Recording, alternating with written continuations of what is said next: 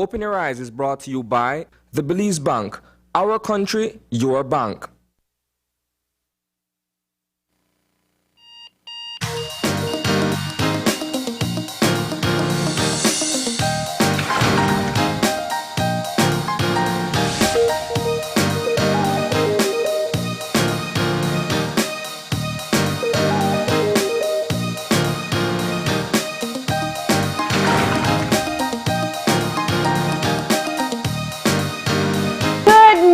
And welcome to Open Your Eyes. Start your morning right. I'm Marlene Cuellar. And I'm Gavin Courtney. And thank you for joining us this morning. Yep, it was a bit of a cloudy one today. Yeah. I was thinking I was going to get caught in the rain over here, but luckily the weather has held up a little bit. Yeah, it does look like the skies are going to open at any moment. So we'll find out whether or not that's going to be the case for the entire day. Yep. But it is Thursday, and we are happy to be here again. And there's a lot to talk about that's been going on. Of course, recently, the topic that's on everybody's mind is always the pandemic. And it's a topic I think we've started to love to hate talking about. You can't help yourself. You get into a conversation, you say, we're not going to talk about COVID. And then it ends up there. Yeah, absolutely. Yeah. And I mean, that's not only because things are like changing all the time and we have, at least, in our case, we have, different SIs and different rules and things that are coming out all the time. Yeah. And to an extent, that's how it is internationally as well, because we, of course, again, to use another word, we're always dealing with unprecedented times. Yeah. So we are, the changes are coming incrementally. Yeah. But of course... and I keep on saying too, and as you look at what's happening in the rest of the world, countries that are battling another wave of COVID and entering into a period of stricter regulations, or looking at ways to convince people to get vaccinated, or changing accessibility for people who've chosen to be unvaccinated, there is an uprise of groups that have amalgamated. I was watching yesterday, it may have been the day before, in Jamaica, where similar to what we saw on Sunday or over the weekend, there were protesters being arrested, people who were against their vaccine mandates there as well. So it seems that it is definitely not just us that we're experiencing this type of divide. And as time progresses, Gavin, I think one of the things that continuously becomes clear is that we need to find ways to kind of bridge this divide between people who are choosing not to get vaccinated and people who have the information to help to give them the relevant information. Absolutely. And, I'm not necessarily surprised that it's happening both here in the region and that there's some hesitancy.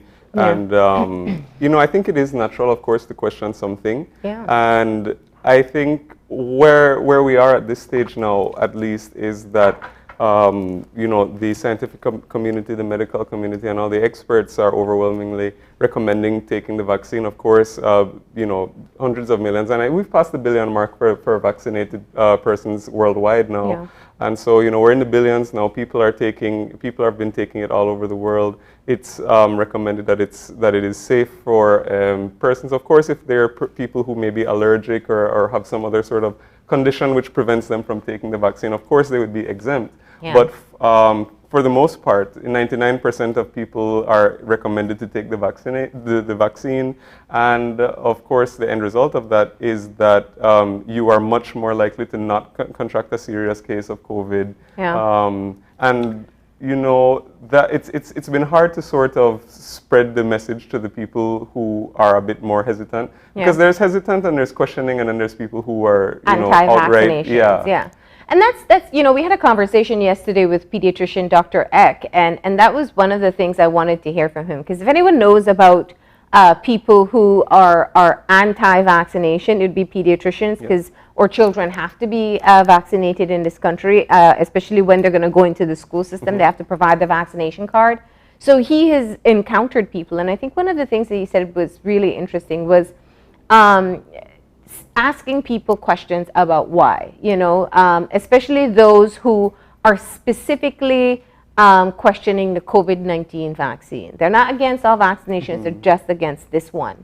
So I think that it's a great start for us to consider. I get the frustration. I know the impact that every time, the restrictions get more stiff, we start to complain and get angry and upset, and the COVID fatigue or the pandemic fatigue in all of us just makes us a bit more agitated. But it's not the time for us to kind of harden our positions and say it's us versus them. It's helping people to find a way to get access to that information.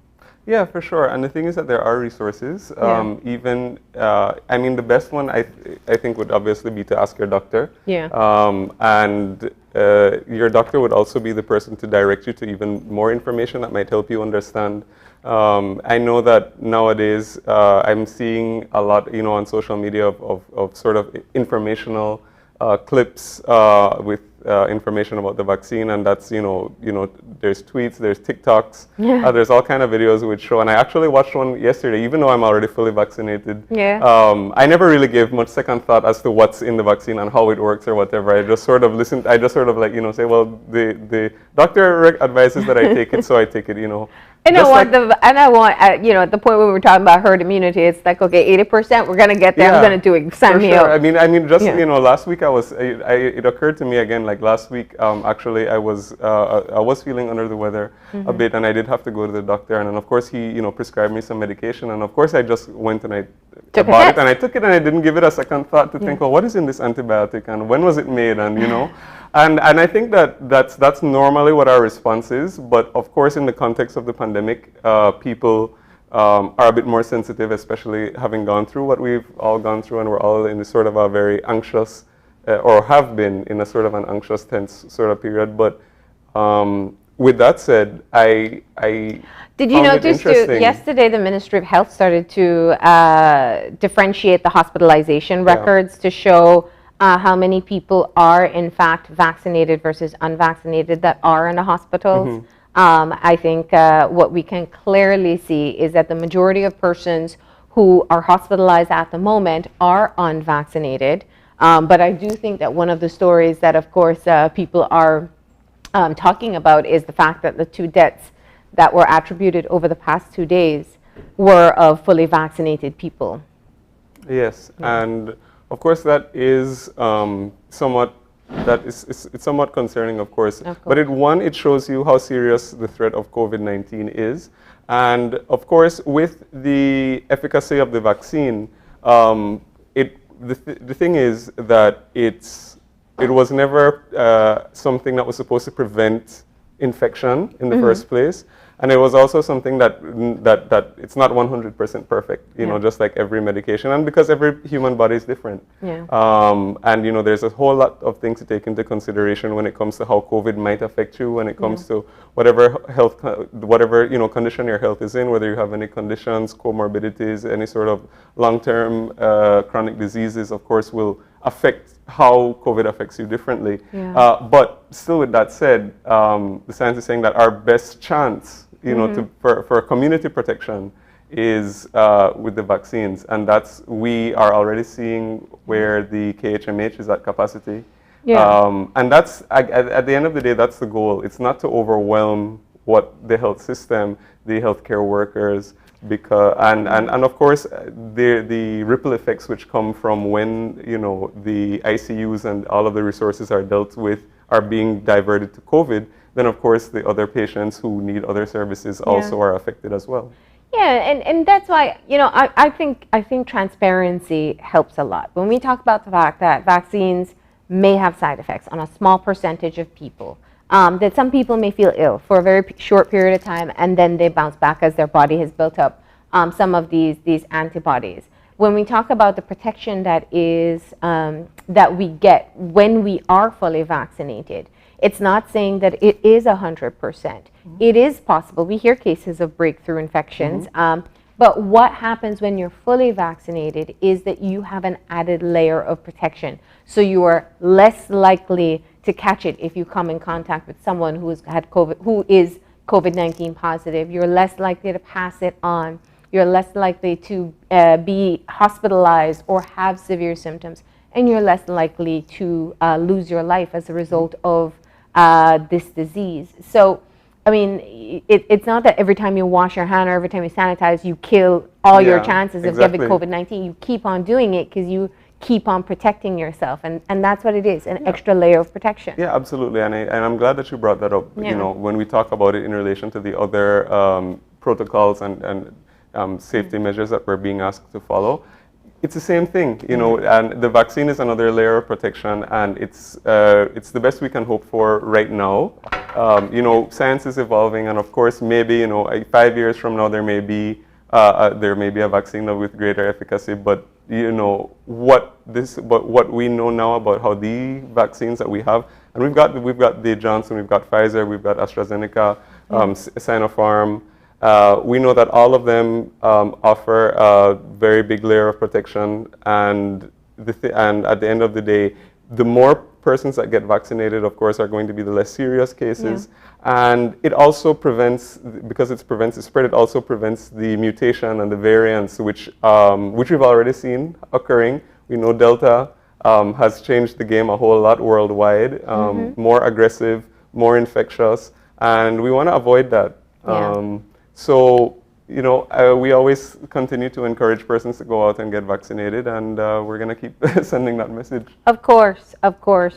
And, you know, I think, I was thinking, or we were talking before we started of how things get a little bit crazy, celebrities joining into the mix. And I watch with a bit with amusement, I guess, when I see Trinidad and Tobago responding to the comments made by Nicki Minaj and their health ministers being interviewed internationally to question the legitimacy of statements that she's made. And so, you know, that there's just what we're going through, we've never experienced before. Nothing about our situation in today's age is normal, and sometimes it brings out the worst in us. Sometimes it does make us a bit stir crazy and have questionable judgment. But it's been interesting to see or Caribbean and fellow Caribbean nation kind of step up to correct the misinformation that has been put out there about them. Yeah, and you know, that's kind of, when I think about that situation, it's kind of like why I said earlier that, you know, I'm not necessarily surprised that there's a lot of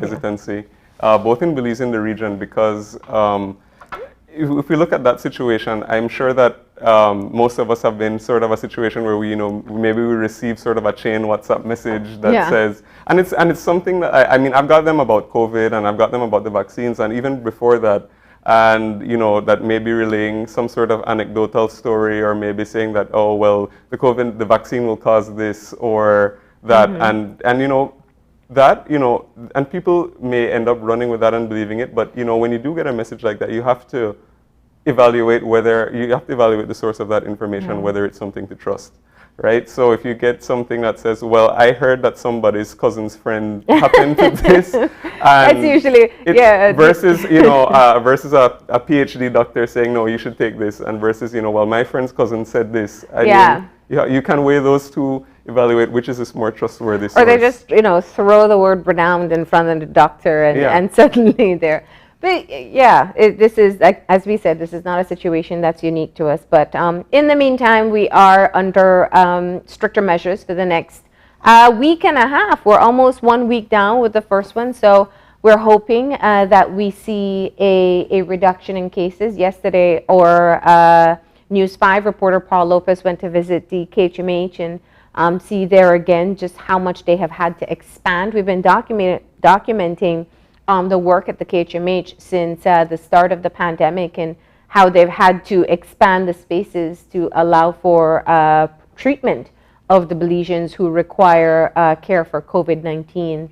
And I think Nurse Bowman said something really important, because I've heard from medical professionals consistently that people wait too long to access healthcare. They wait until they're really feeling terrible. They talk about oxygen saturation. Well, there's no feeling other than tiredness or maybe shortness of breath that would make you know that your oxygen saturation in your blood is low. But when you are feeling that you feel that your symptoms are getting worse, it's important that you check in with a medical professional to see if you require hospital attention, because if you go too late, the complications just become even more, and you may be looking at facing a severe situation. that would require extensive hospitalization. And she said, even if you hear stories every single day that the KHMH is full, or that when people talk about shortage of beds, don't hesitate to still come in. They're going to find the space for you. And that's key, because I never thought of that people at home may be saying, well, I won't go to KHMH because it's full.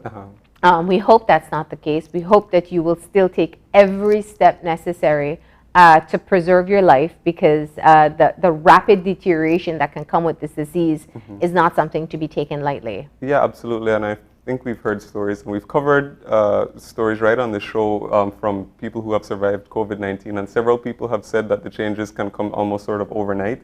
And it's not anything, and of course if you don't have sort of, let's say, the equipment or anything to test your oxygen levels, of course, then you're playing a guessing game. Yeah. And you don't want to wait until you're in a critical position to access services, and then by which time it may be late, or that even if you do end up getting successful treatment, the adverse or long-term effect on your body from the way that the virus can affect them is also something to consider. Yeah. So early intervention is always important, and that's across the board for any sort of medical situation. So it's no different for COVID-19. So please take anything seriously, and of course with the level of community spread that we have, particularly in Belize City. If you're a person who goes out for anything, the chances are high that you may come into contact with the virus if you go to a public space, if you ride on public transportation, and you want to be protected. So you treat you have to treat, and so that if you do, if you start experiencing some sort of symptoms, I think it's almost safe to assume at this point that you might, you might have come into contact. You'll never know. Yeah, you'll never know when you come in contact with someone. And then, go to, and then ask for medical advice if it is that you are feeling symptoms. Yeah, and don't ignore it. Yep. I mean, can we just raise our hand if you've thought you've had COVID at least once a week, Googling symptoms to see if this may be it. We all feel that way, but you know your body, and when you're feeling something that just isn't normal, and the best thing you can do is just check it out and know for sure, rather than getting worse symptoms and ending up in the hospital. But for me, my final appeal, and I know we're going on about this, but I think it's a situation that we would hope that people would take seriously, which is looking at the situation of pregnant women. We've been told repeatedly by healthcare professionals that they're seeing a number of pregnant women hospitalized with COVID-19. And I think it was concerning before, and we've reported on stories where pregnant women lost their lives to COVID-19. But when it really hit me, we had the Ministry of Health's Get the Facts show on Monday, was when they kind of explained it. And I don't know if you know, Kevin, but usually with women, when they're pregnant, they're very careful about what they put in their bodies because of the fact that it may pass on to the babies. Now, all the current medical advice is for pregnant women to get vaccinated.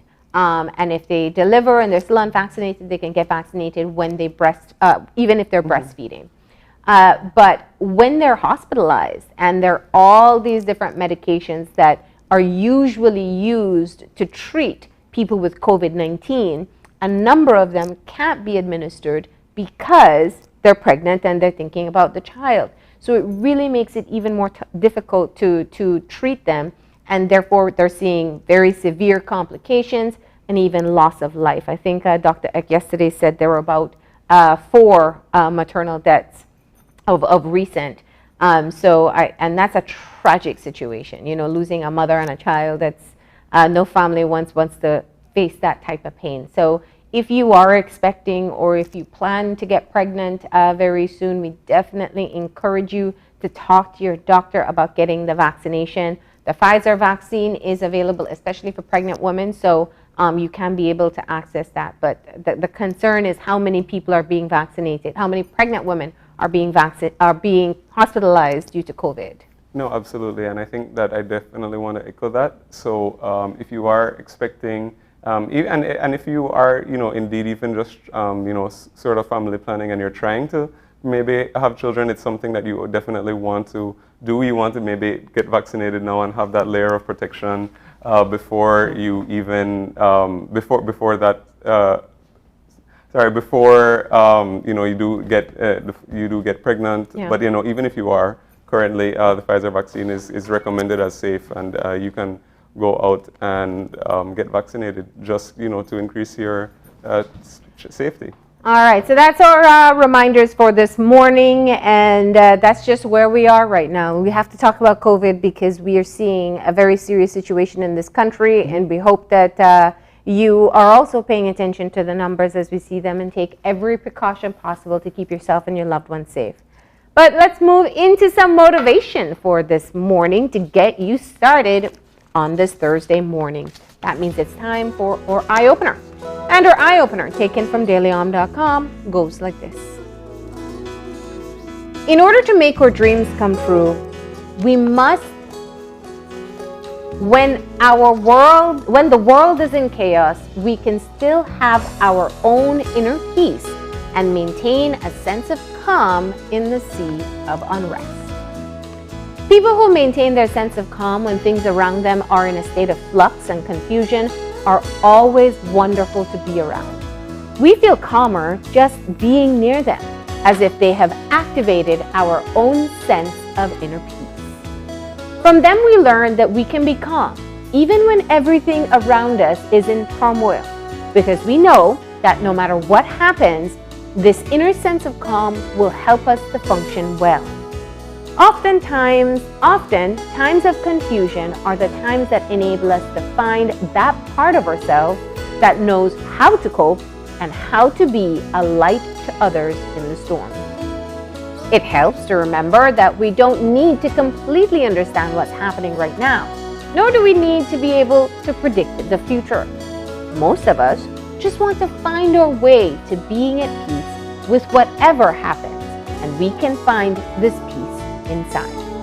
Cultivating our inner clarity with meditation, journaling, and reading words that inspire us will lead us to that place inside us that's already there, just waiting. Yeah, that's a great eye-opener. Yeah. I think it's interesting, especially the last part, or I should say the last half. I think that learning to find that sort of sense of peace and calm in ourselves is it's hard and it's an ongoing process. But I think that it is one that's definitely achievable, and if you just sort of put the energy into doing that. And I say it all the time, sort of when we on the show. I talk about things that I do. I do things like yoga and try to practice mindfulness. But I think that even if you don't do something that's sort of that let's say dedicated, you can still start small, and you can take even 1 minute a day to just sort of start and maybe sort of try to bring yourself to sort of maybe a peaceful mental state. Yeah. Maybe it can be 5 minutes, or you can find an activity that relaxes you. You can do that during the day, and just sort of build from there, and then you'll eventually find how to enter that calm place, or how to keep yourself especially in stressful situations, you can learn how to center yourself, how to calm yourself, and use that as a base, throughout your life. Yeah. No, that's definitely something I've learned. I've learned to be able to know when to take a moment just to be able to kind of bring yourself back to center. And I love the final part, because I think very often, and for people who struggle with anxiety especially, it feels that you don't know how to find that calm, that they don't know how to center themselves or calm themselves down when they get agitated, when things are overwhelming in any way. But just remembering that you do have the capacity to be able to find that moment of peace for yourself, to kind of just get yourself together and move forward is very empowering, and we must remind ourselves of that. Yeah, and I think that in the beginning when they were talking about looking for examples, a lot of people, the first person I thought of was my mom. When you think about people who are sort of like that rock and that source of like calmness during whatever might be going on. Yeah. And I think a lot of people might be able to relate, but it could be your mom, it could be your dad, it could be any sort of great friend. It could be it could be sort of any figure in your life that that is that person for you. And but like the eye opener says, you can find that within your own self. And it's just about, putting it into practice. So that is the eye opener for this morning. And now we are going to take a look at our weather for today and find out what's going to be happening for today and the rest of the week. Good morning. Relatively moist and unstable conditions prevail over the area. The 24-hour forecast: cloudy at times with a few showers and thunderstorms along some coastal areas and offshore this morning, then mostly inland this afternoon. Activity will then redevelop along the coast and offshore later tonight while decreasing. High temperatures for today will reach 87 degrees Fahrenheit along the coast, 91 degrees Fahrenheit inland, and 78 degrees Fahrenheit in the mountains. Low temperatures for tonight will be 79 degrees Fahrenheit along the coast, 73 degrees Fahrenheit inland, and 68 degrees Fahrenheit in the hills. Winds over the open sea will be from the north to northwest at 5 to 10 knots, and sea conditions will be slight. High tides occur at 11:27 this morning and then 11:17 tonight. Low tides at 5:34 this evening and then 6:13 tomorrow morning. The moon will set at 7:51 this morning, then rise at 7:46 tonight. Sunset is at 5:47 this evening and sunrise at 5:41 tomorrow morning. The extended forecast for Friday into Friday night: showers or thunderstorms will be isolated with slightly more activity over inland areas during the afternoon. And in the tropical weather outlook, at 3 a.m., Tropical Depression 18 was over the eastern tropical Atlantic Ocean, centered near latitude 10.5 north and longitude 36.4 west, or about 1,860 miles east-southeast of the northern Leeward Islands. The depression was moving to the west at 15 miles per hour, with maximum sustained winds of 35 miles per hour. And this has been this morning's weather report from the National Meteorological Service. There you have it. That is the weather update for today. Looks like we're going to be expecting some showers. Yeah, well, That's very evident. I was about to say that we saw that. We kind of thought that would happen from looking at the sky this morning. But we do want to thank our forecaster, Crystal Rosales, for preparing that this morning's forecast. All right, now it's time for us to get moving into the show for today. And we are celebrating Pharmacy Week. And so this morning we're going to be talking to representatives of, pharmacists who are in different parts of the country. We have a pharmacist from Central Health Region and from San Ignacio who are going to be talking about the importance of pharmacists during this pandemic. And for our second segment, we are going to get an update from Transparent BPO, and they're going to be talking all about their recruitment drive. Yep, they are hiring, and they're going to be telling you all about what they're looking for. So if you are interested, or if you know somebody who is looking for a job, you definitely want to watch the second segment. All right, and we close off with an update from Rugby Belize. Of course, we know they have been training and they've been trying to stay in shape even during the pandemic. We'll find out what they're up to and whether, if you're interested, how you can join or learn more about the sport. So that's what we have in store for you today. Yep. But we are going to be taking a very short break. But before we do have a birthday shout out to give. So from all of us at Open Your Eyes and Channel 5, we are wishing a very happy birthday to Ashton Wagner. All right, Ashton, we hope you have a great day today. I also want to send a special happy birthday to my niece, Brianna Gill. Do enjoy your day today. We got to take that break, though, and when we come back, we're going to get into our first conversation talking about the role of pharmacists during the pandemic.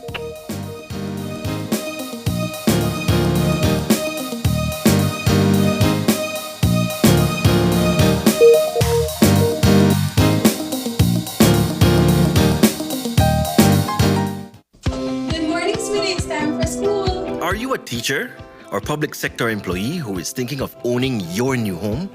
Get the keys to your new home with Belize Bank's all-inclusive mortgage, the best financing option in Belize for your new home purchase or construction. Inclusive of all mortgage-related fees, no down payment, affordable terms, amazingly low interest rates. Visit our nearest branch to speak to one of our financial advisors to discuss how you can be one step closer to owning your new home. Some conditions apply. It's a fact that you can access unlimited services with Smart. Tired of being measured or cut off when you need to be connected? It's a fact that when you sign up for Smart's Plus plan, you get unlimited talk, text, and unlimited data. And it's a fact that you can sign up with your group of up to 5 members for Smart's Share plans and up to 40 members for Smart's Enterprise plans for unlimited talk, text, and data. Smart has the true unlimited plans. That's a fact. Be smart and live smart.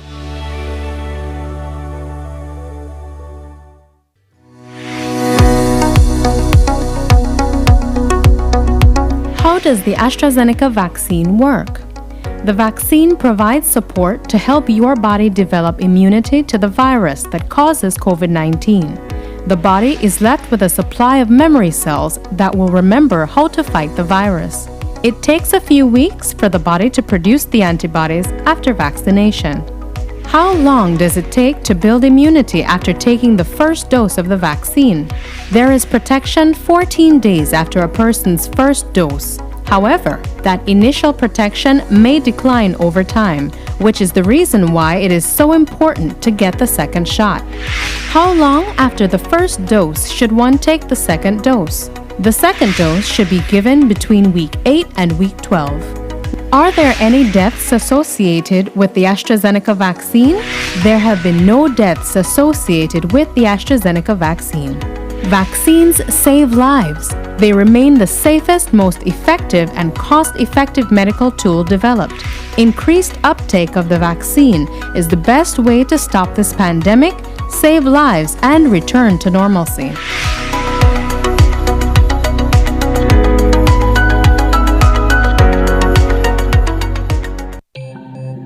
Great Belize Productions Channel 5, proud winner of 5 Caribbean Media Awards for 2019 and 2020. Best Television News Item, Best Responsible Coverage of Children's Issues, Best Health Education Journalism, Best Television Commercial Spot, and the People's Choice Award, with special mention by the jury in the Best Television News Item category. Whether you're at home, on the road, at work, or at school, if you see news happening or suspect that something might be up, call or text the Channel 5 News Belize tip line at 672-5555. You don't have to give us your name, just give us the tip. That's 672-5555. Call or text us so we can check it out. And we'll be back in a few, so stay tuned. Thanks, Jen. Hey there, we know you have to head out to work shortly, but don't forget that you can stay tuned by watching us on our Facebook live stream. Find us at Open Your Eyes BC, and you can continue watching there. You can also download Facebook Watch on your streaming device, and you can watch at your own convenience. And for all the behind-the-scenes fun, follow us on Instagram at OYE Belize. So, find us and follow us today.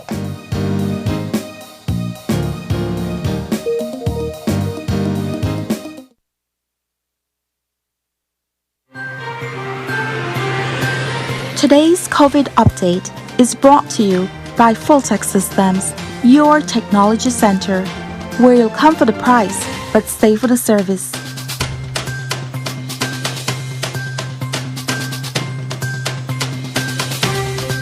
And welcome back. And if you're joining us now, we're getting our first conversation for this morning started. As we said before the break, we are going to be talking all about Pharmacy Week.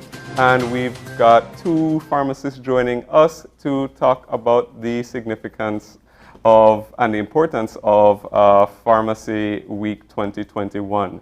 So joining us via Zoom, we have Hortense Humes, who is a senior pharmacist at the Central Health Region, as well as Irma Sanchez, who is the pharmacist in charge of the San Ignacio Community Hospital. Good morning, ladies. Good morning. And thank you very much for joining us. We'd like to take the opportunity to celebrate Pharmacy Week with you all and to educate some of our viewers about the week and about the work that you do. Perhaps, Hortense, we can start with you And can you just talk a little bit about the significance of Pharmacy Week to you?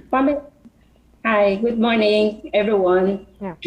Pharmacy Week have always been important to us as a profession. It highlights us as we have always been in the background as a frontline worker, and it brings us more to the forefront to know what our work is, to come out there to the people and show them. We have been doing health fairs and doing health activities for our colleagues, and for us to be recognized both national and international as a profession. Yeah. So we have, to the beginning, Pharmacy Week for us was in June, and later on we changed it internationally for the 25th of September. That's when we started to celebrate Pharmacy Week in Belize. So, and we also have with us Irma? Yes, good morning. Okay. Irma, tell me about what made you decide to be a pharmacist? I have always liked the study of medicine. I always liked chemistry as a young student. And I always enjoy the molecular formulas and looking at structures. And I also knew that I wanted to do something to help my community. Any field that you take in medicine is a call. You know, it has to be that you are passionate about what you will do when you're dealing with patient care. Yeah. I know for a fact that nursing wasn't for me. It wasn't something that interested me. Yeah. But I like the study of medicine. And so I did pharmacy because we know how important pharmacy is as part of the chain in healthcare. None of the professions in pharmacy, in medicine, we're not competing against each other. Actually, we complement each other because the delivery of health services is a multidisciplinary approach. You need the doctor, you need the nurse, you need the pharmacist, you need the X-ray technician, you need the laboratory technologist to have that holistic approach and ensure that the patient gets the best care. Yeah. In the past, pharmacy, and even up to present, pharmacy has been like the profession, the silent profession. A lot of people see the one component of pharmacy care, which is the dispensing, the actual counting of the tablets, the packaging. That's only one component of dispensing. Yeah. You know, when a pharmacist reaches that point of dispensing that medication, we have already done the prescription assessment. We have to look for drug interactions. We have to look for dosages.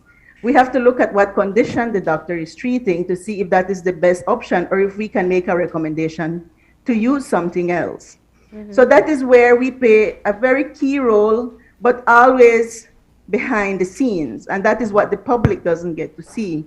Yeah. So for us, celebrating World Pharmacy Day on September 25th is an opportunity to highlight us as professionals and highlight the profession because pharmacy is central to the delivery of healthcare services. You know, Irma, I think you missed one crucial skill, I think, which all pharmacists have, which you didn't mention, and that's reading doctors' handwriting, which I don't... Well, it has been a little easier with us in the hospital services because we now we use the Belize Health Information Services, which is an electronic technology. But yes, we also have to ensure that we know how to read the manual prescriptions. I always wondered if there was a class on that, but I guess you developed the skill with time. I believe that because we're so familiar with all the different pharmaceutical products, and then we look at what condition the doctor is treating. So when we see a prescription, even if maybe we can't decipher the scribblings right away, but we are able to tell what the medication is. Yeah. I think you mentioned, and it's a continuum of care that we receive in the healthcare system. And you are absolutely right. The pharmacist plays such a critical role in multiple ways. When you interface with a patient, you also are a part of their education process. You talk to them about how to take their meds, what they can and can't do. But my question has to do with looking at the profession in the country. A few years ago, there had to be a crackdown on pharmacies because people were opening pharmacies and not having a licensed pharmacist in the institution. In other words, someone who wasn't trained to dispense medicine was dispensing medicine. So let's talk about some of the challenges that you know about this profession in Belize and things that the public needs to be aware of when they do step foot into a pharmacy. Well, to start with, I need to emphasize that pharmacy is a legally regulated profession. Yes. We are governed by the Chemists and Druggists Act, which is Chapter 311 of the Laws of Belize. One of the challenges that we face is, one, our legislation is outdated. We have to agree with that. We have been making recommendations, and hopefully we can table an updated pharmacy law very soon. But also that the public also has to know that any establishment must have a registered licensed pharmacist in order to be able to dispense a prescription, give health advice, and especially because the medication is our area of expertise in terms of drug interactions, the method of use, the dosage, what will be the outcome, the possible side effects. It is important that the public also learns to demand what is good for them. You understand? Not just walk into any establishment. And that brings me to the topic of the theme for this year, which is pharmacy always trusted for your health. And so if we talk about trust, trust is probably the most essential component in any relationship. So we're talking about trust between the patient and the pharmacist, which is a relationship that you develop. Trust between the pharmacist and the doctor. Trust between the pharmacist and the nursing staff. And trust between the pharmacist and all the other non-technical staff that works around us. So what does trust really mean in that aspect? For me, what it brings to mind is that I have to be very well knowledgeable of what I am going to counsel a patient on. I have to do my research, and it has to be scientific research, not just any Google document. You know, it has to be real scientific based data that we research, that we can advise our patients on. And when I develop that relationship with the patient, it's because I have proven that the patient can trust me, that when I tell them, you may expect this, or this is the best way to take it, and for that period of time, is because I have done my research and I'm looking for the best outcome for the patient. And likewise, we do intervene when sometimes we detect maybe we do have everybody that is just fresh out of school, whether it be a doctor, a nurse, a pharmacist, does need that coaching from more experienced people in the profession. Yeah. And we do detect sometimes dosages are not what they should be. Maybe the doctor overlooked that these medications may interact. And that is where we develop that trust rapport between the doctor and the pharmacist, because then the doctor knows, you know what, this pharmacist will not let me commit an error. And then they go back, and they go back. Yeah. And afterwards, it moves to another level. It's not just an intervention, it's actually a discussion. You know, let's discuss the patient's therapy. I want your input. And that's the kind of relationship you develop because they learn to trust you. Yeah. And Hortense, earlier on, you had used the term frontline workers in reference to the work that you pharmacists do. And that, of course, brought up in my mind, of course, the pandemic. And I'm wondering how, if in any ways, the pandemic did influence or change your profession and what you've had to deal with over the past 2 years. So, Hortense, can you talk a little bit about COVID-19 and how it's influenced your job and the profession as a whole? Well, as frontline workers for the COVID, we have taken not only our normal role of having our medications, have our in stock on hand, but also we have taken the different roles of assisting our other staff in going going out in the fields with them to do the vaccination, to do the COVID testing. Our production lines have increased because here at Central Region, we manufacture both nationally and we have the other frontline workers out there, the police, the BDF, our security force, who have asked us for our assistance in the manufacturing of the hand sanitizer, the alcohol, for them to feel safe. Oh. We have our role in the election process. We have been involved with elections, but due to the pandemic, we had to supply them with the hand sanitizers so that when they go, our other public officers go there, they're safe. Having the inventory for them to use, the supplies, the PPEs, our gowns, the goggles, the N95 or face masks, have the swabs them, and we monitor those and we distribute those. So those have been thrown on us as pharmacists, and we are very good at our inventory control and make sure supplies are there. That's one of the key things behind pharmacy, as in when we just dispense medication, we just doesn't dispense. We have to make sure that we know our usage rate. We have the supply in stock. We know where to get our supplies, and we have those available. So as our other colleagues comes, our other healthcare, other frontline workers come, they say, we need this. We have it there to give them. So they know that they can come to pharmacy, trust us that we have the supplies and we will get it for them. So for that role as pharmacists in the frontline work, as frontline workers, for the vaccine process, we pre-pack those medications that people get for the thousands of people who have get vaccines. Yeah, you're right. Behind the scene packing those medications, and it's not easy. We have to get labels, we have to get those medications and pre-pack, have those available for those packages that the COVID patient have. Pharmacy are behind the scene having those zinc, those ORS, those Tylenol, those ibuprofen, those Benadryl, those B-complex, those multivitamins there in those packets. And it's like we're there, and we pack. Some days we pack up to 18,000 a day, and by the blink of an eye, the staff come in and said, "I need this. I have to have this." We're doing a lot of multitasking with our staff, because we still have to continue our normal duties. We still have to manufacture.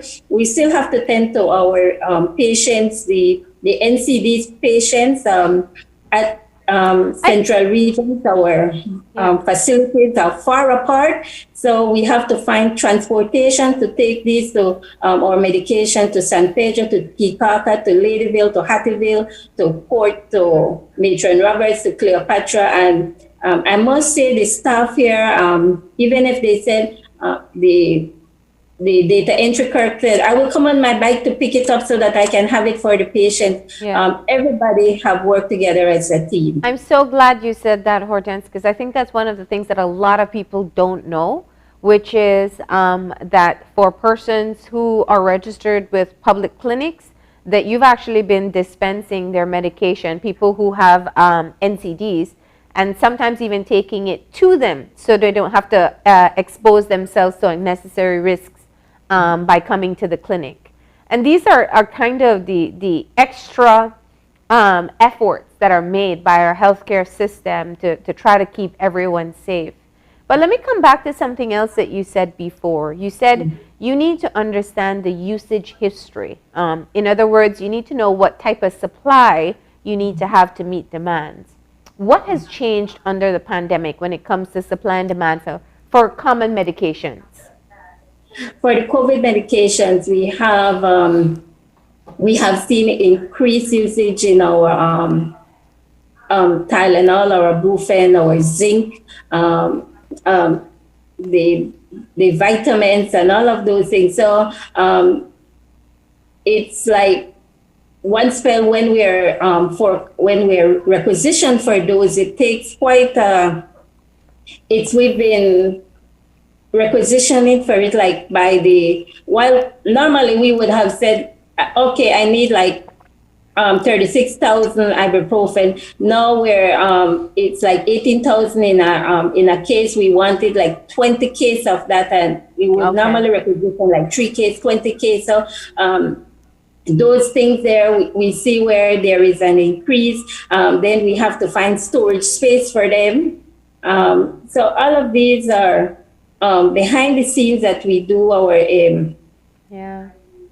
and these are reports that pharmacy gives out, because we have to record. Once we use it, we have to do recording to say, okay, we're using these meds, where it is going, and all of that with our COVID testing. Pharmacy have taken, here at Central Region, we have taken on that role of having it and supplying it to the nurse. That wasn't part of our responsibility before. That was more like the lab. They would go to the lab for it, but then even the lab overwork, and when they need it, the nurses and the doctors, they need it like immediately, and the lab don't have time to attend to them because they have all those testing to do also. And because pharmacy, we're here as a constant for us. We're here, they can come to our office and say, we need this, and we tell them the process. If they don't know the process, we assist them in the requisition of it and keep documentation of it. Take us back, if you or Irma could share with us just what the COVID care package includes. I know there's a medication packet that you give to people when they test positive. I would like to add to that. With regards to the functions during COVID, the dynamics of everything has changed. And yes, pharmacists are responsible for the supply chain management. And that forecast that we do once a year is a humongous responsibility, because you have to look at all your medications. You have to look at what all has been used for the year, how many patients you had on certain treatments. And then you have to forecast what you will see, what you perceive to be your usage for the following year. And that's how we make recommendations to the Ministry of Health, so that when they then engage into the tender contract, they would know how much medications to purchase for the country. In addition to what Ms. Hortense had mentioned, at the hospital level, which is different than the health centers, pharmacists are also responsible for the oxygen supply, which is crucial to the survival of COVID patients. So we have to be right on top of things to monitor oxygen usage. We have to constantly check at the flu clinic how many patients are on oxygen, and then on how many liters, and then we have to calculate how much our stock will last us before we contact Fabregas for another delivery. With regards to the medication packages, if a patient is only symptomatic, mildly symptomatic, that package would include a little bottle of Benadryl or Misexpect. It would include an antihistamine for either runny nose or any allergy. It includes Tylenol or ibuprofen for fever or pain. Now, when a patient becomes moderately symptomatic, they're reaching the point of hospitalization, that continuum of care changes. The packages are no longer given to them. Then they're monitored as inpatients. So we also have to be monitoring how many patients are admitted to ensure that we supply the flu clinic daily drug charts for those patients. So pharmacy, our responsibility has increased exponentially. With regards to the vaccines, we are part of the vaccination campaign. I know personally here at San Ignacio Hospital, NEMO has relied a lot on us to do the training for their desensitization, for their teams, for their rescue teams, especially trying to persuade them to get the vaccine. And again, it leads us to the issue of trust, because when they rely on us that we're providing the right information to them, then they're more prone to be receptive to getting the vaccination. So that has changed the dynamics a bit, where we engage a lot with the community and not just being behind the window attending to patients on a one-on-one. So pharmacy really does a lot. Yeah. No, you definitely do. And I wanted to move, if we could, very quickly just off COVID for a moment and talk about some of the other areas of potential harm when it comes to self-medicating. And what's the association doing, since you have been formalizing yourself, looking at things like overuse of antibiotics or providing prescription medication without prescription, some of the things that you know can really harm the society, or having stores sell medication that don't even have English labels, that people don't know what's in them or how to take them. I believe that our association, we need to activate and reactivate. We have not been very active as an association. Yeah. And also because COVID has changed the dynamics of things. But it is a risk to the community, which brings me to the point of, let us not forget our community pharmacists. Yes. People in the private sector, they are first contact for the patient, sometimes before they even reach the hospital. That's right.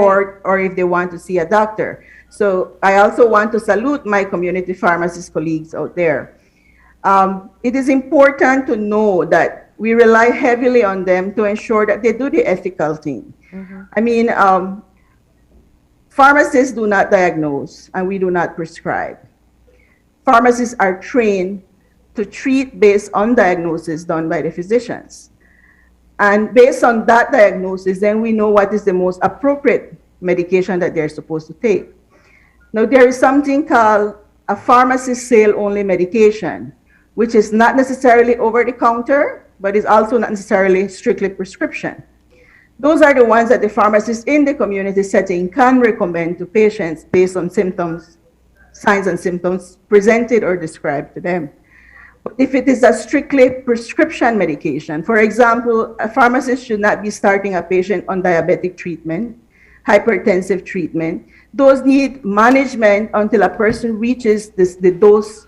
The appropriate dose is what we call the maintenance dose. So that person will need to make several visits to the clinic to ensure that they have reached they have arrived at the dose where they will be maintained properly, whether it be diabetes, hypertension, any cardiac condition. So pharmacists should not be giving patients medication for those without a valid physician's prescription. We go back to the issue of antibiotics. And one of our biggest challenge is the supermarkets. Yes, we don't have the personnel for enforcing the policing that is necessary within the inspectorate unit, but hopefully that can also be improved. Yeah. Because, and it takes me back, Ms. Marlene, to the issue of also the public asking for what is best for them. They should not just walk into a supermarket and take any medication off the shelf because they don't know how it will interact with probably what they're taking. And also that you have to realize that pharmacists and pharmacists have to maintain temperature control of all these medications, which several supermarkets do not have. Yeah. So the public also has to want better for themselves and go to where there is a licensed pharmacist and ensure that you will get exactly what is right for you for the condition that you're presented. Yeah.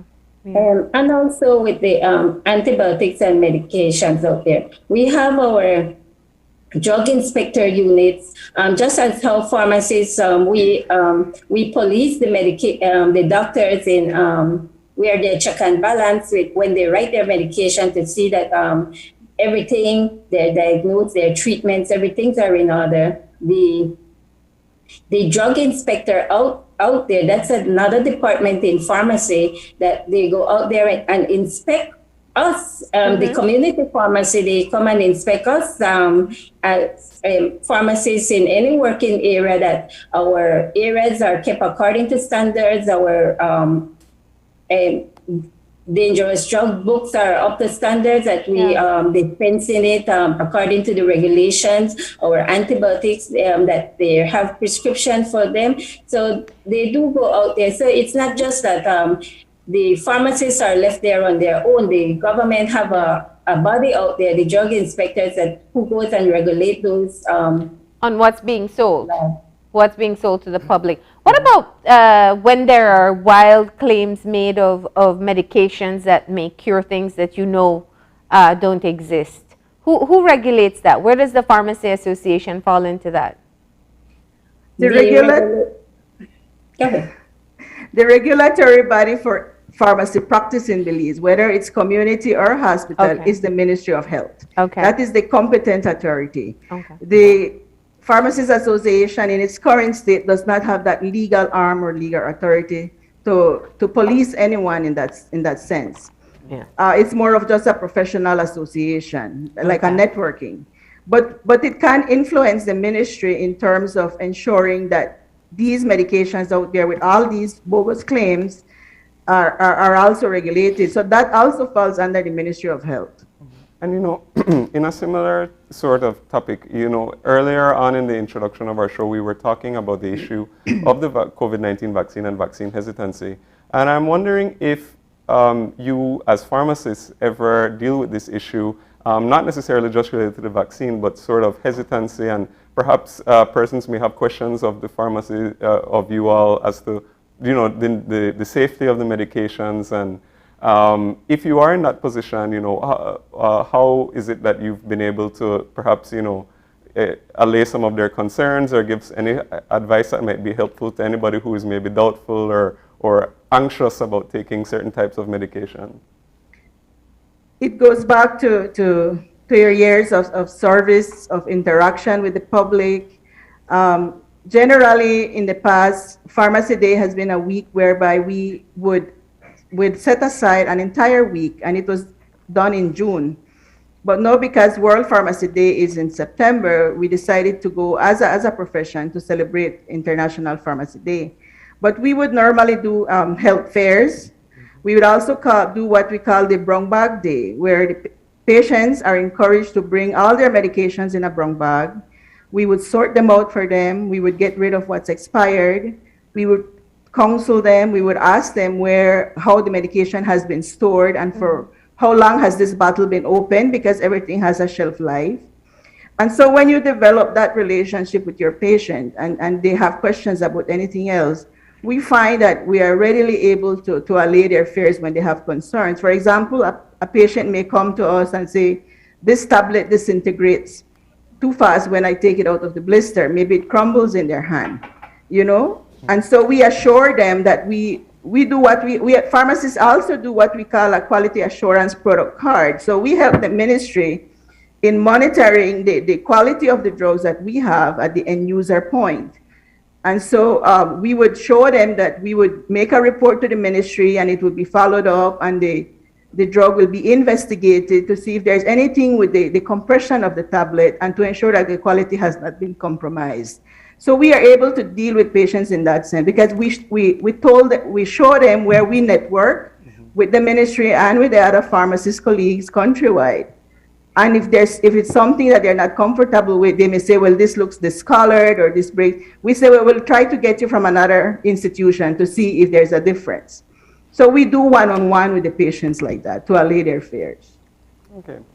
Well, we are just almost out of time. Yeah. So before we go, are there any final messages that you'd like to send to our viewers about Pharmacy Week and what things that they should know? For me, go ahead, Ms. Hortense. Okay. I would like to congratulate all my staff who have been behind the scenes from Central Health Region. They're in San Pedro, in Matron Roberts, in Port, in Ladyville, in Kikaka, who have been on outreach programs out there. In our community pharmacies out there, I know we're from Ministry of Health, but we also have our pharmacists in our community. And even during the pandemic, we have our pharmacists, students who have been still going on to further their education in getting the bachelor program, because we have now, UB have now offered the bachelor programs, and this is the third cohort. So for those pharmacists who with all this pandemic, with all the extra workload, and still have the time to continue with their education. Congrats to you all. For those who have finished, congrats also. And I would just like to wish you all a happy Pharmacy Day. I also would like to salute my team at San Ignacio Hospital, all pharmacists, pharmacy assistants as well. I like to salute my colleagues in the private sector, all community pharmacists and all pharmacists countrywide. For us to continue doing our job, I know sometimes it is a bit frustrating when we don't get recognized. But like I say, it is not a competition. They're complementary roles that we have. And as long as we know that we are doing what is best for the patient, that should be our satisfaction. But I would also like to urge everyone and leave with this message that please, if you have the opportunity to vaccinate, please get the vaccine. And that's for the entire country of Belize, because we know that vaccine saves lives. Yeah. All right. Well, happy Pharmacist Day in advance. And we do, of course, want to extend that to all the pharmacists across the country. Thank you for helping us understand more about the work that you have been doing, and continue to stay safe, and thank you for what you do. Thank you for having us on the show. All right. Thank you. And with that, we're going to go ahead and take a break. When we come back, we're going to be talking about the job opportunities that exist at Transparent BPO. So please, stay tuned.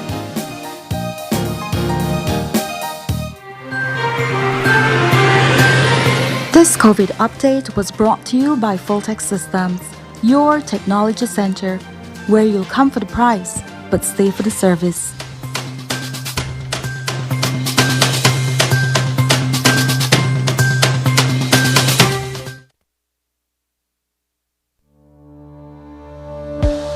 Working off-site doesn't mean you have to be off your game. Studies have shown that simply adding a keyboard and mouse to your laptop increases productivity by 26%. Add a monitor and you'll be 35% more productive. At Fulltech Systems, we have what you need to enhance your remote work or e-learning experience.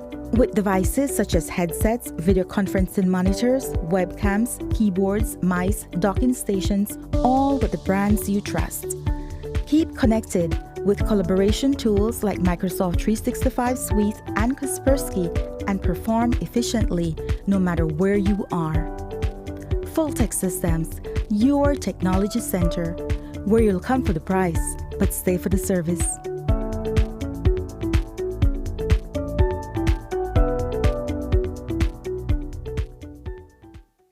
Smart continues to expand its internet coverage countrywide to help you live a smarter life. Our villagers are very happy. They are pleased to know that Smart went the extra mile to put a tower in our village so that our villagers can get live stream on their TVs and they can get their kids doing their online classes. I want to say to Smart, thank you for making it possible for us to get internet in Gardenia Village. We really do appreciate it. Smart continues to take the internet and mobile services to communities across Belize. Now save even more when you bundle your Smart broadband with Smart mobile services. Smart, bringing people together.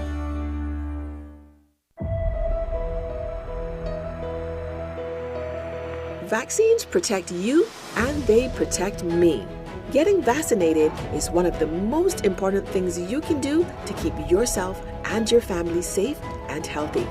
Once enough people are immunized, opportunities for an outbreak of disease becomes very low. And if we all choose to get vaccinated, we contribute in getting back to spending quality time with our loved ones in a safe way.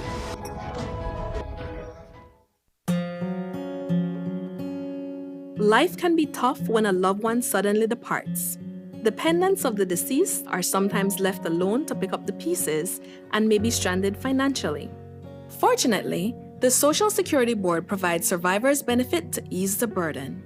Survivor's benefit is paid to a widow or widower, children under 18 years, or up to 21 years if attending school, or dependent parents. A survivor's benefit can be either a grant or a pension. Want to know more about survivor's benefit? Visit our website or contact any of our offices to have someone assist you. Also, be sure to visit our Facebook page and give us a like to stay informed. Social Security Board, safeguarding you, your family, your future. Great Belize Productions Channel 5, proud winner of 5 Caribbean Media Awards for 2019 and 2020. Best Television News Item, Best Responsible Coverage of Children's Issues, Best Health Education Journalism, Best Television Commercial Spot, and the People's Choice Award, with special mention by the jury in the Best Television News Item category. And we'll be back in a few, so stay tuned. Thanks, Jen. Hey there, we know you have to head out to work shortly, but don't forget that you can stay tuned by watching us on our Facebook live stream. Find us at Open Your Eyes BC, and you can continue watching there. You can also download Facebook Watch on your streaming device, and you can watch at your own convenience.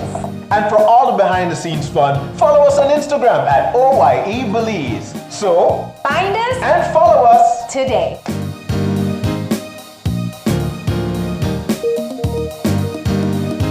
Whether you're at home, on the road, at work, or at school, if you see news happening or suspect that something might be up, call or text the Channel 5 News Belize tip line at 672-5555.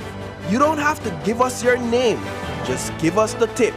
That's 672-5555. Call or text us so we can check it out.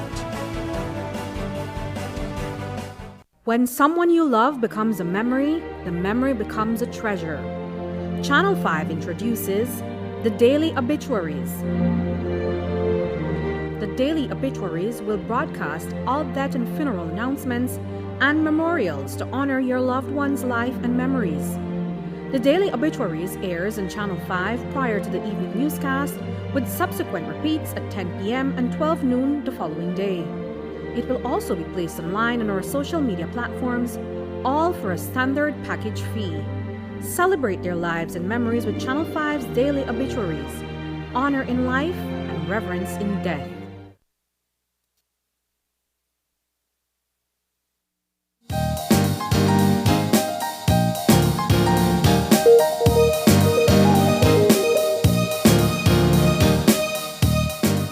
And we're back. And if you're joining us right now, we are getting our second conversation for this morning started.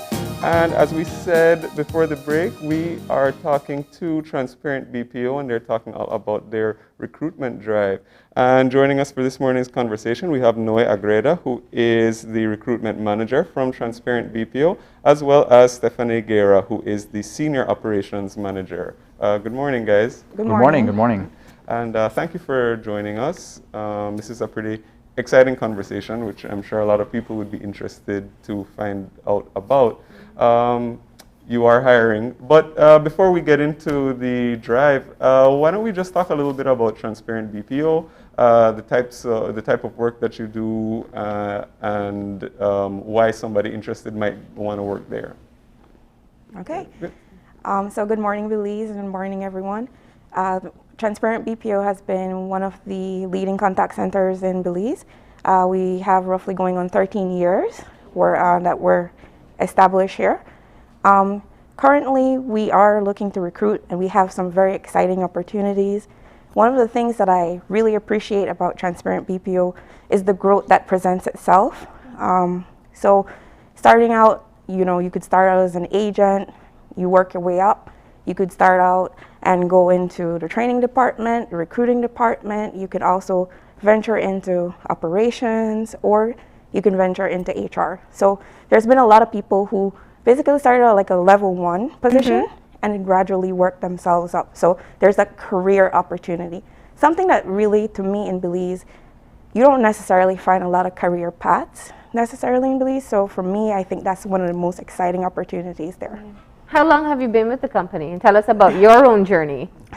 So I've been there, Marlene, for going on 13 years. I'm one of the originals that started out Transparent BPO.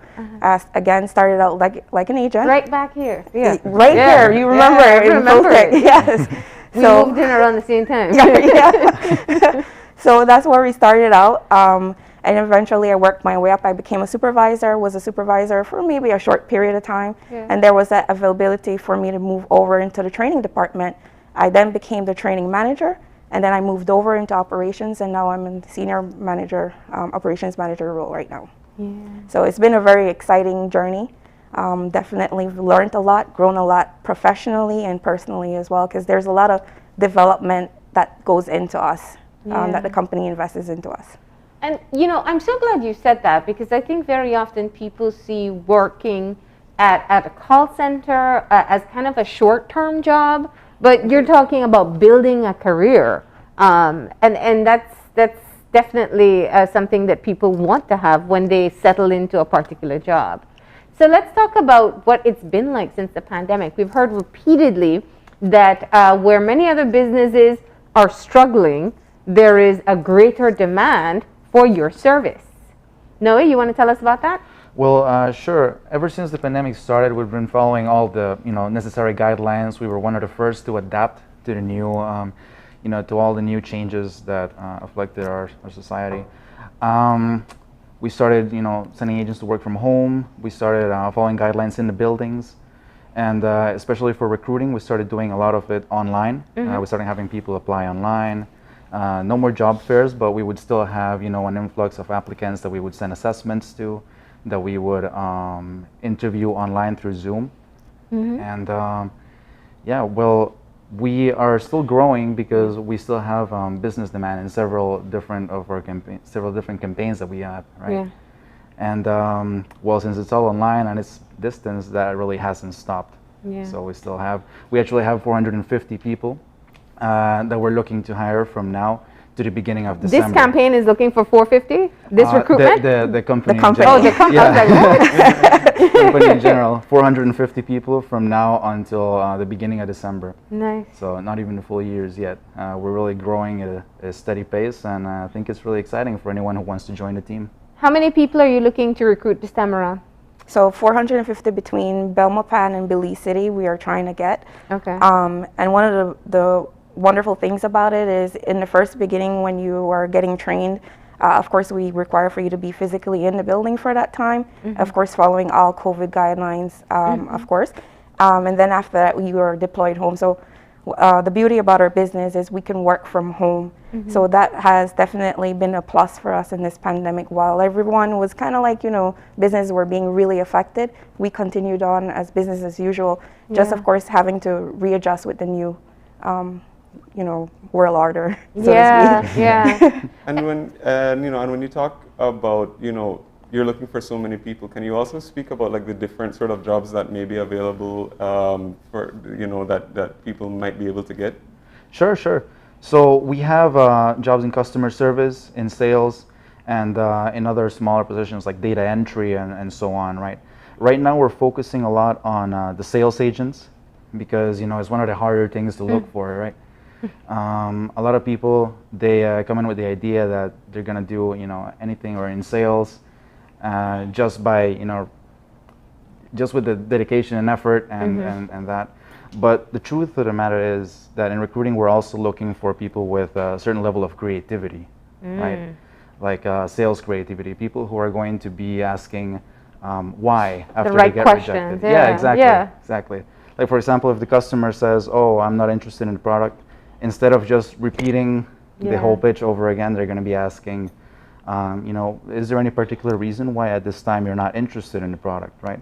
And then based on that, have a rebuttal and, have that. Yeah, learn to pivot. Exactly.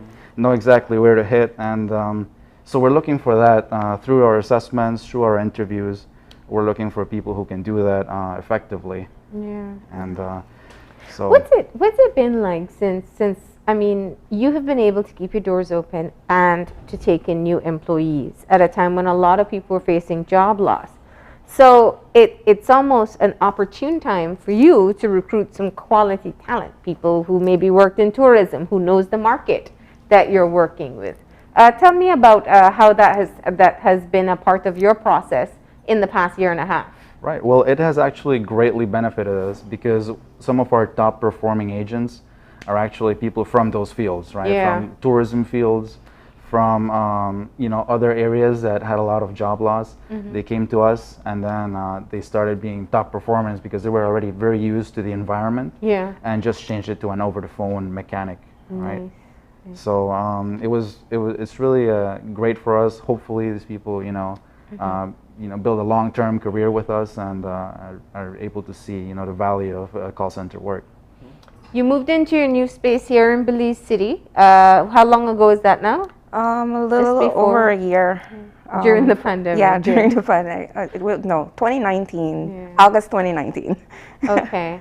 And you spoke of Belmopan as well? Correct. Tell us about the other locations. Well, Noy originally is from Belmopan, so he's one of the ones that are out, that is out at Belmopan. I'm in Belize City, right here up the street at Coney. So. Right. Yeah. Well, our building in Belmopan is still expanding a little bit. We're still, you know, growing it, but it's, you know, if you've ever seen it or while you're coming into Belmopan, it's one of the biggest in the city, right? Yeah. And we really try to do the best for our agents. We have a big dining hall. We have a big, you know, several call floors. We're opening up a new one right now to be able to get more people in. And of course, everyone is following COVID guidelines. We have, you know, sanitizers before every door, and it's a really nice place to work overall. Very modern facility that we have going on there. Most of our clients, when they do come in and they visit our locations, they're pretty much amazed, and we even get feedback as to they've been around the world in different contact centers in the Philippines, in the Dominican Republic, and they really commend us on our facilities, given the fact that we really put a lot of effort. Our leadership executive team put a lot of effort into making sure that the facilities are very comfortable for the employees. Happy employees are good employees, right? They stay. Absolutely. Yeah. So let's talk about the employment opportunities that you have right now. Is it only sales that you're looking for? Well, sales is the focus. Okay. But then, you know, if for whatever reason we find that sales isn't the right fit for the applicants, we would of course have options in customer service. We have some options in data entry. We have you know, different things that we can place them into that would also be great fits for them and that they could, you know, grow their careers forward with. Right. Yeah. So one of the beauty about the way how we've structured our environment, most people tend to say, well, I'm not a good salesperson. You know, most naturally everybody wants to do the customer service. But one of the things that we have as a benefit is you have a very supportive team. So from training, going on to your first day, taking your phone calls, having mentors there to support you throughout your nesting or launchpad period that we would call it internally. So there's a little bit of hand-holding at the first beginning, of course, most naturally. So you're not just out there on your own having to try and figure it out. You have a lot of support going in. And whenever we see that you've gotten the hang of things, we would kind of like pull back. So you can do, you know, you can get yourself a little acclimated and everything, but all the support is definitely there for you to do. You provide the skill sets that are necessary. Right. Correct. As well as being in the sales program, it's definitely where the money is. You want to make the money, sales is where you have. So some aggressive bonus structure, base wages are a little bit different depending on what sales program you're onto. So definitely the money is in sales. And do you also get sort of feedback from, say like new hires when they go through the process? Do they also tell you about what sort of their experience has been like and what you know, positives they've taken away and maybe ways they've been able to grow from that? We do have surveys that we do internally, that we have information that's being fed back. The only way you're going to improve is if you know where, you know, your areas of opportunities are. So we do look forward to those individuals who are going through the process to give us that information as to where we can grow and where we can make better improvement processes there. So we do definitely ask for feedback. Because I imagine like with a business that's growing as fast as you guys are, that you know, there's that, you know, that people, I'm sure that that they also have their ideas about maybe how they can improve their experience and stuff as well, and how the company can grow better as well too. So internally, we have an open door policy, meaning anyone can communicate with anyone in leadership at any given level to give feedback or anything, suggestions. We're open to ideas. Most of the things that we've done internally, setting up different structures, giving back to the community, most of it has been because we've listened to our people. Nice. So let's talk about the longevity of the careers there. There's some jobs that are part-time, like you take in people for a particular campaign. How often do you find it that people stay on board and stay with the company? Right. So in those cases, I would say is usually up to the applicants themselves, right? And well, the agents at that point. Because we do have seasonal programs, but once the seasonal program is over, what we try to do is we try to put them on another campaign that they would be a fit for, right? So we don't immediately like send them out the door or anything. We try to find, try to keep them in with us, right? Because they're already, building a career. Now, of course, if the position that they were in wasn't quite a fit for them, we'll try to find a different type of, different style of campaign. Maybe they were struggling a bit with sales. We'll try to find a customer service fit for them. And sometimes people also want to move on after a seasonal. They want to go back to school, or they want to, travel, something of the sort, right? So sometimes people take a bit of a break and then come back to us, right? But usually, even in the seasonal programs, there are people that do stay for many years to come. And what's it been like since you've been doing recruitment? Have you been inundated with applications? I think, definitely. Yeah. There are lots of job hunters. There are lots of jobs and stuff. And what is amazing to me is when people when they're coming through the door and they're coming in and they see what all we have to offer internally for our employees, they're amazed. Because everybody just looks at it as, it's a rotating door, basically. But when they get to come through the doors, majority of them, once you see them pass that 6-month benchmark, you'll definitely have longevity with them. And there's people I speak to that have been telling me that they've been following the company for months, right, trying to get in. And, trying to get with us because we have such a nice environment inside, and we've definitely been getting a lot of applications. So if you have so many applications, what do you advise people to do to help themselves stand out? What qualities are you looking for? I mean, I'm sure being bilingual is an asset. What else? Sure. Well, we do have some campaigns that ask for the bilingual status, but a good thing would be how you present yourself in your resume.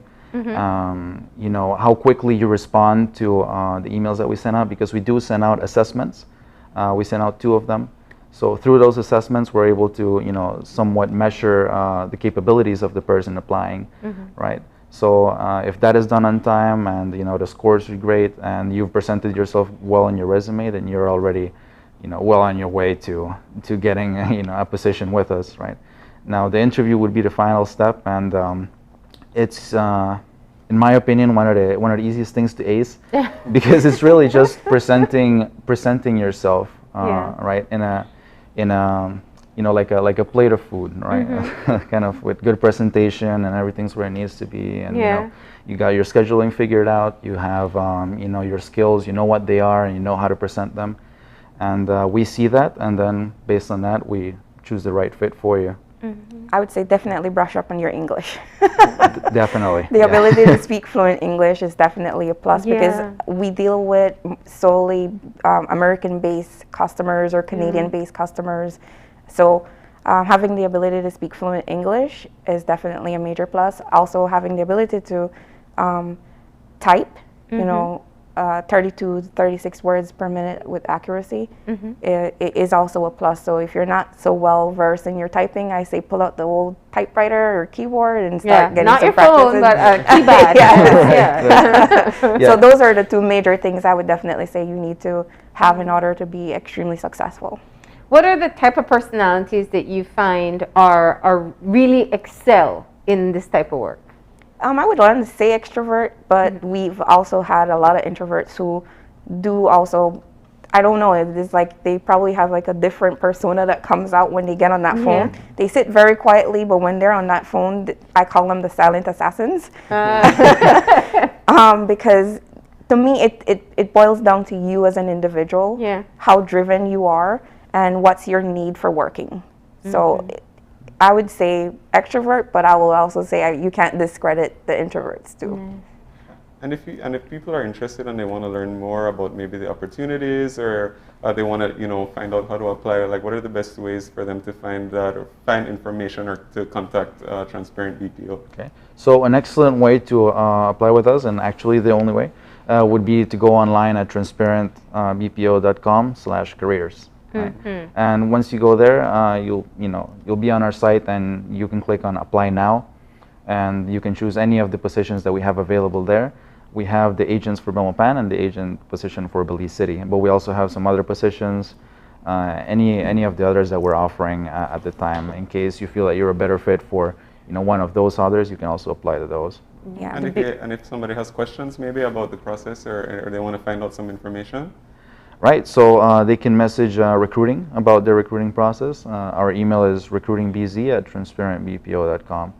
And it's also on the site, and our number is also on the site, so they can feel free to call or WhatsApp or email and ask us questions regarding their recruiting process, what exactly they need, and what we're looking for at that moment in time. So this is key. You are only accepting applications done through the online portal. Correct. All Yes, right. that's So that is already step one in ensuring that they're tech savvy to get online and do that, right? Right. The majority of the job does happen in computers. Yeah. So we want to make sure that people can hold their own at the very least with a system. Okay. And are there any specific qualifications? Usually, I think you ask for things like police records and stuff like that. What should people have prepared for the application process? Yeah. Right. So we generally look for applicants who have graduated high school and who are at least 18 years of age. Right. Now, apart from that, we would also require them to pass the assessments that we send them. We send them the first assessment, which is a math and grammar assessment. If they can pass that successfully, then they move on to the second assessment, which is a personality test, right? Through which we're able to measure what type of personality they have, right? And it also includes a computer test. Okay. If they pass both those tests, then pretty much that's the qualifications that we're looking for. Nice. And then they go to the interview level. Right. That's right. All right. And for people who live outside of the urban centers, do you offer transportation? I know sometimes there's a bus that would take people to work. But you're working from home. Well, most of us are working from home, but we still do have people working on at site. We do run transportation more on specific public and bank holidays right now. Okay. Only, and that's because of the new COVID regulations. So before the pandemic, we have all of our buses running from, the Orange Walk area, bringing in most of our staff this side. We've also have our little van that takes around people in the city. But for right now, we do require that you have some form of transportation. Unless there's something big that has, happened, definitely we would then go ahead and put our heads together and figure out how we can run that transportation for you. Okay, nice. Anything else you'd like to say to the public about applying for one of the positions at Transparent BPO? Definitely, if you are up for a challenge, and you definitely want to meet certain personal goals in your life financially, we're the best place to be at. Well, thank you very much for coming in and letting our viewers know that there are job opportunities available at Transparent BPO in the Belmopan area and in Belize City as well. Yeah. And you don't have to worry about what skill sets you're bringing in. Once you pass the assessments, there's adequate training to get you where you need to be. That is correct. All That is correct. Thank you so much for coming in. Thank you too, Marlene. Thank you as well for having us. All right, so we're going to go ahead and take a break, and when we come back, we're shifting gears. We're going to find out about online training opportunities available from Belize Learning Institute. So please stay tuned.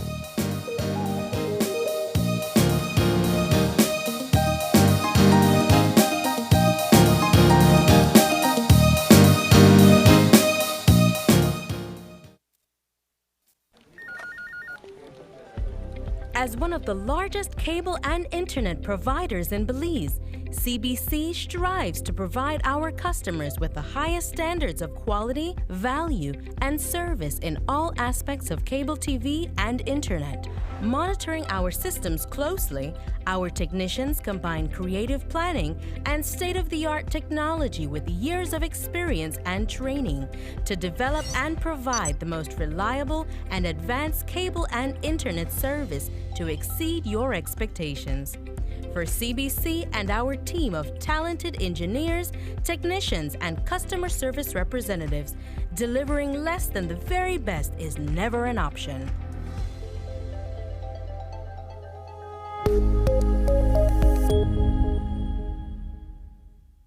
To decrease your risk of being bitten by infected mosquitoes, use proven personal protective methods too. Apply an effective mosquito repellent to exposed areas of skin according to manufacturer's instructions. Wear light-colored long pants and shirts while outdoors in the early morning and late afternoons. Further, protect vulnerable family members like pregnant women, children, the elderly, and persons who are unwell by using mosquito nets to sleep or rest, even during the day. Fight the bite and protect yourself and your family too from mosquito-borne diseases.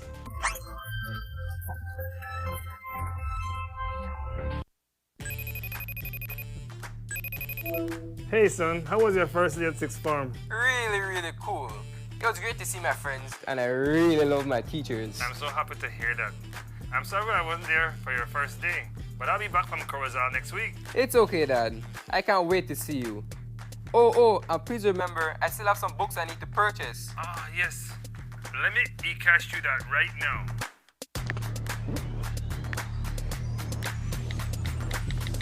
Money has been sent. I add a little extra cash just for you. Whoa, Dad. Thanks. Got it. You're welcome, sir. Download the eCash app today and take your first step into a cashless lifestyle. For more information, visit www.e-cash.com or contact us via WhatsApp at 613-0257. eCash, the future is here.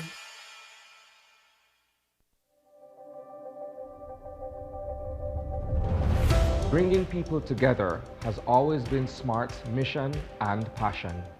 That is why we are proud to have built a locally independent quality network from the ground up that spans the country with over 100 sites.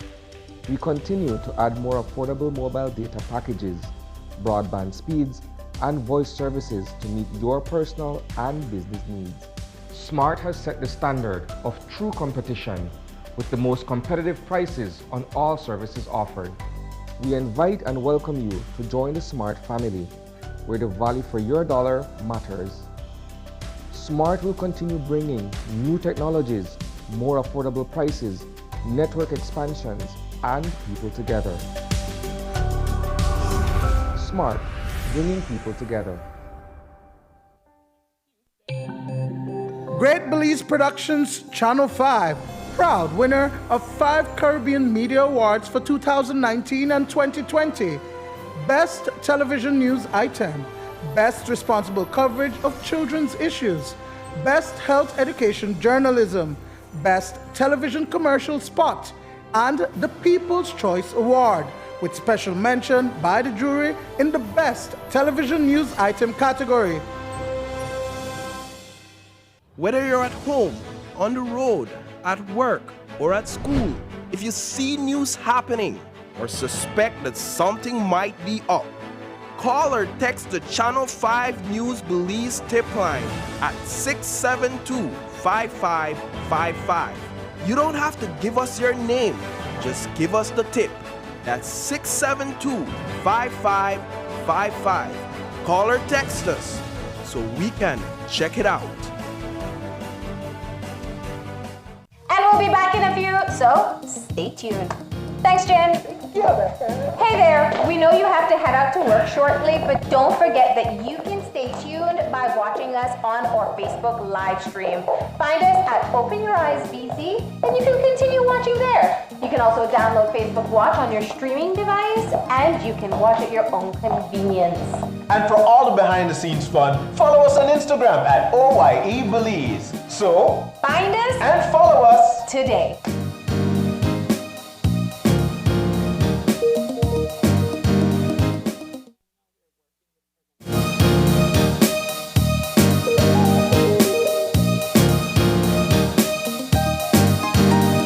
We're back. Sorry.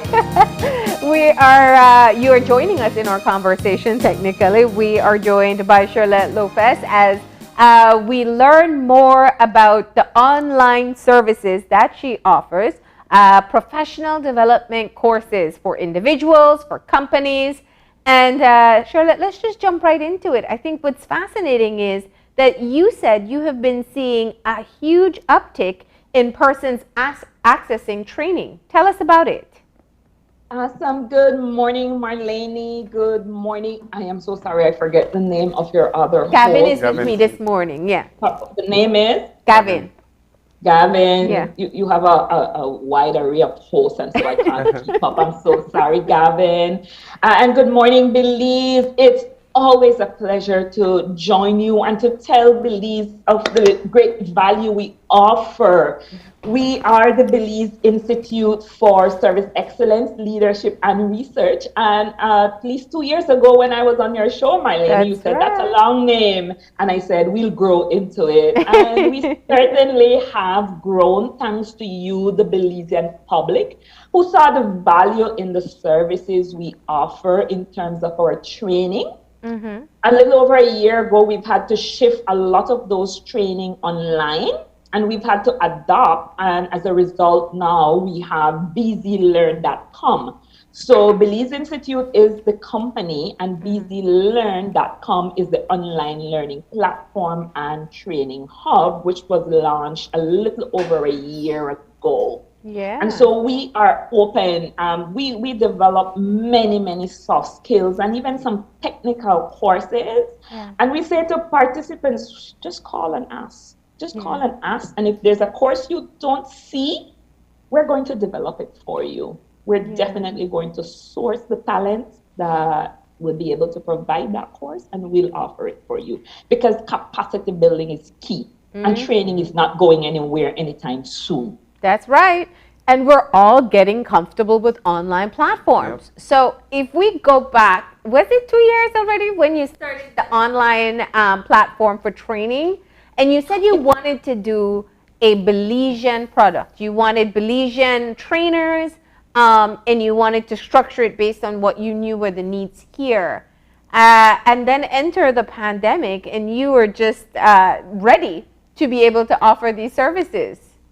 Most definitely, we have had to adapt. When it comes to change, you can decide that you're going to make the necessary changes or you're going to die. And for us, it was so important. But we didn't just want an online platform. We wanted to provide Belizeans with an experience. For us, it's about the experience, the ability to come on our Zoom, listen, engage, and then leave and go to our online platform and there find additional resources, videos, training materials, and being also able to do some activities that will demonstrate to us that learning has taken place. And so we challenge participants. Don't just come and sit in the Zoom and, you're probably there, you're probably not there. We have no good way of telling really. But when you go on the platform, and for those, I tell them it's like a buffet. Take what you want. There's a lot of resources available to you. Take what you want. It's up to you how much you want or how hungry you are for learning. But it's available to you. And participants have really been enjoying our platform and what we have to offer, especially when you add to it our quality customer service. I've always been a stickler for customer service, and I bring that into my organization as well when it comes to customer service, responsiveness, the quality. Those are things that we do not overlook ever. And what is the what sort of feedback have you received from people who have participated, over this period of growth that you've gone through? Well, I measure success by return users, and our return rates are tremendous. In fact, let me tell you what our experience has been. Maybe one person from a school or an organization signs up for one of our courses, and before we know it, they bring the entire school. The admin is calling and say, hey, we want that. She can't stop talking about it, and so we want it. And so we've been able to engage entire organizations to the point where most of our demand lately is coming from organizations that are saying, hey, train our entire staff. And for me, that's huge. Yeah. That's huge. Yeah. It's also great for the company to invest in building up the staff to where they want them to be. And I think that's perhaps why you get the return usage that you do. When people see that a trained personnel can perform better than even maybe the person had known for themselves, it's a great reward for everyone. But I wanted to change to one of the topics that I know you've been presenting on recently, and it's about adapting in changing times. I think you said it earlier. You either adapt or basically, you're making yourself become obsolete. And it's so tough right now in this particular time for people who are dealing with changes all around to really embrace this concept of change within the workplace. Let's talk about it. That is so true. One of the things that we realized after the pandemic, on the onset, the first couple months, there were many people who expressed a sense of feeling stuck. Mm-hmm. They didn't know where to go. They felt like they were being unproductive. They weren't sure what the next step should be. Mm-hmm. We're saying that's okay in the first month or two, or maybe even 3. But by now, it should have become clear to you what needs to be done. Yes. If it is that you are able to adopt. I listened to a webinar the other day, and there was one huge takeaway for me. And the guy said that most people are fully equipped to operate in a world that no longer exists. Mm-hmm. And that blew my mind away, because it is so true. We have skill sets, but they're 20th century skill sets. Mm-hmm. And so realizing that we must adopt. And so we put forth this concept of adaptive capacity. For people in climate change, etc., they may be familiar with the term adaptive capacity because it was mostly used in terms of the environment and how countries adapt to the changes there. But when we look at adaptive capacity in terms of organizations, individuals, we really just look at how well do you respond to change? How well do you respond to change? And we say really it's an attitude more than an action. Mm-hmm. It's an attitude more than an action. And so we encourage people to really start looking at how is it that I respond to change. And going online, because we've put some together, but going online, you can find so many tests that you can do to determine your responsiveness to change. Just go to Google and type in, how do I respond to change quiz. It's amazing what you can learn about yourself if you're able. So we pull together, and for our courses, we offer this, a little self-assessment test. How well do you respond to change? And based on that, you're able to see areas that you don't respond so well to change. It's a graded score. Yeah. And then what do you do then? Now that you realize you don't respond well to change. Yeah. And here's the thing though, and I'm so glad you said that, even with assessments, which it's always wonderful to kind of get a clear understanding of where you are, because sometimes you have the feeling, but you don't know how to articulate it. When someone recognizes that maybe I'm one of those people who perhaps is not as flexible as I thought I am, and they're challenged by change. It doesn't mean that that's a fixed position. It's not. How do It's you not. get And- them to move beyond that? Okay, so the first thing is identifying. Yeah. Identifying and recognizing that indeed, because sometimes we don't know ourselves. We would say, oh no, I have no problem with change. But that's not what your test is showing. You know, the way your mindset is different. And so there are several things that we look at and we introduce to our participants. The first one is the concept of self-efficacy. And it's really an individual beliefs in his or herself. And many times the reality that the situation you're in, you didn't put yourself there.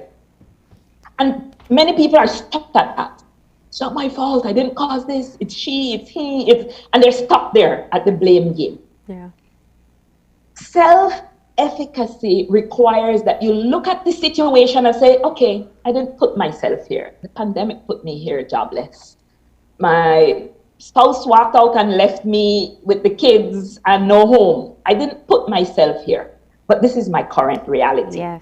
And where do I go from here? What do I do now? Because while I didn't put myself here, what happens going forth is up to me. Is up to me. And so we try to get them away from that mindset, that blame. I didn't get the promotion because my boss not like me. No. Okay, yes. Take a moment. We understand. But what are you going to do about the situation that you find yourself in now? And many people are still stuck there, right? So self-efficacy. The next one we look at is the concept of resilience. Now, when people look at resilience, they tend to look at it in a long term. You know, I'm resilient because I hung on.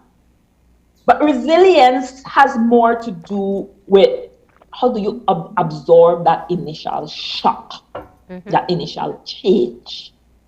Because some people will say they're resilient, but all they've been doing for the last 2 years of the pandemic is duck and cover, hide and run.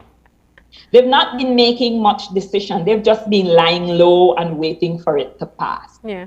The goal is to do more than just survive. You want to be thriving, even in the face of change and difficulties. You want to be thriving. And that's what we've been doing. We can't just survive. We have to thrive. Yeah. So, as I said earlier, it goes back to more an attitude than an action. Yeah. And then after resilience, we look at response. And this is over a period of time.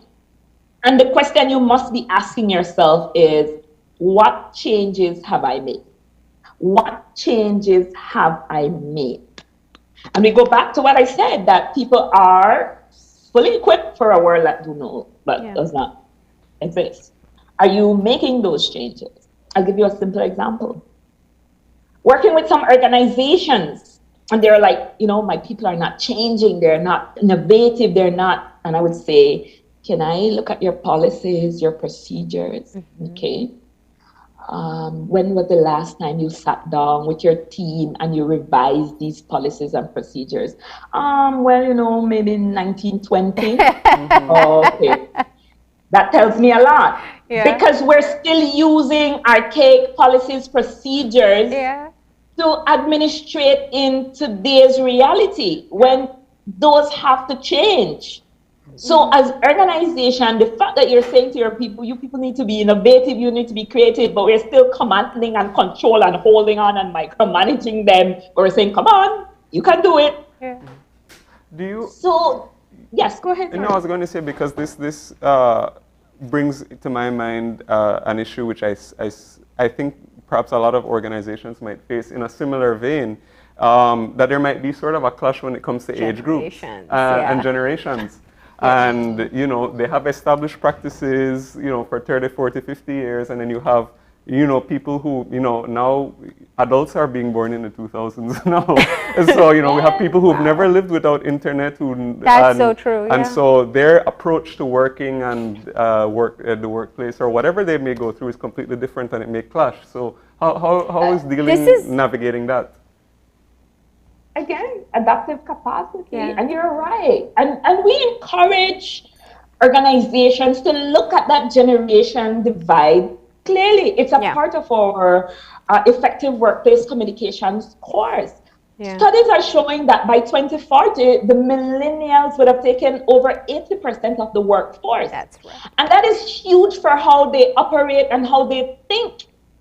You cannot expect that people will come in and fit the mold. Mm-hmm. In fact, where organizations are concerned, I encourage them to look at what we call 21st century leadership. And we have an entire course in that, where we compare those skill sets that are needed for the 21st century versus those in the 20th century. Yeah. In the 20th century, leadership was about command and control. And the leader was the superhero who had and knew everything. Yeah. And you don't challenge the leader. Or the dictator. Yeah. Yes. You don't ask It was very authoritative style. Yes. You do what you're told and you don't grow. You don't question how it's done and why. No, do it that way. If they say the wall is blue and you look at it, it doesn't look so blue, it looks green to me. I said it's blue. And you smile and say thank you. Now, our new generation, our millennials, our people, not even just our millennials, our more empowered workforce, you're asking questions. Mm-hmm. And some organizations are not ready for this. They're not ready for this. Well, so how do you adjust and adapt? Well, I think it's really interesting when you put it into perspective. And I'm glad, Gavin, I think that when we look at it, the difference with generations right now, we can look at it in our country, on the macro level. There are different levels, different generations in leadership. And so it's kind of like, they call it mixed modality in school, right? You got to do some face-to-face, some online. It feels like that's where we're in that transition period. There's the pre-internet. There are those who grew with the internet, and there are those who never knew life without internet and technology. And they're all adults in one workplace now, with different persons being leaders or supervisors. So how do you, what are your thoughts on that one?